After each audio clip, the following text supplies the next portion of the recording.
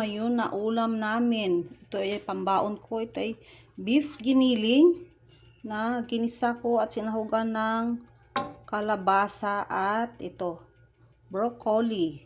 Alam niyo kung ano ito, Yan ay ano ng broccoli yan, yung sa gitna, yung ubod, yung sa tangkay, yung loob ng tangkay yan, yun, yung ubod, kinakain yan. Sinasama yan sa paggulay. At tapos nilagyan ko rin ng bell pepper na galing sa aming garden at itong spring onions na galing din sa aming garden. Nilagyan ko rin siya ng siling mahaba at may tanglad din yan pero inalis ko na. Ayan ang aming ulam ngayon na pambaon. Okay, thank you for watching. Please follow, like, and share. Bye! Ito, ilagay na natin to sa ating baunan. Ito ang ating baunan. Ayan.